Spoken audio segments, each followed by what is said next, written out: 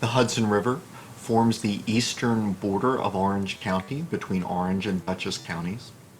It has great historical importance for Native Americans as a natural barrier. So when one considers, say, mammoth distributions, the Hudson River seems to have been a barrier for them. Certainly during the Revolutionary War, where great chains were constructed with, say, at West Point and other sites and colonial forts along the Hudson to limit the movement of British fleets, and obviously of great importance today.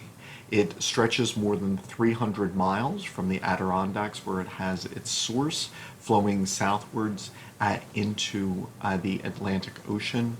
At New York Harbor, after flowing past New York City, a number of major bridges and tunnels constructed in the early to mid 1900s, such as the Lincoln Tunnel, Holland Tunnel, the Tappan Zee Bridge, and others, have allowed the transport over the Hudson River.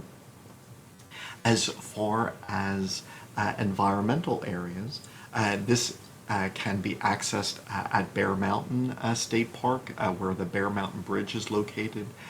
It passes both Bear Mountain and Storm King Mountain. And it's very important for all of the aquatic birds, which use it as a migration route, and for obviously the more than 200 species of fish which can be found in the Hudson River.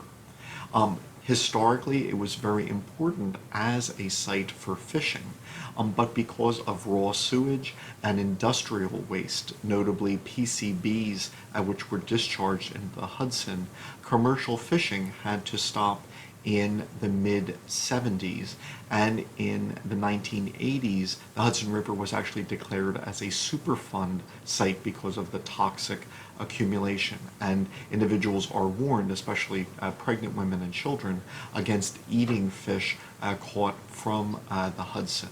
The situation has improved since the 1990s, but it demonstrates that one doesn't necessarily have to choose between economic growth and environmental growth. And if one disregards environmental results and consequences, that there is an economic impact. The fishing of the Hudson River and the ability, for it to support the local area has been lessened by the pollution of the river.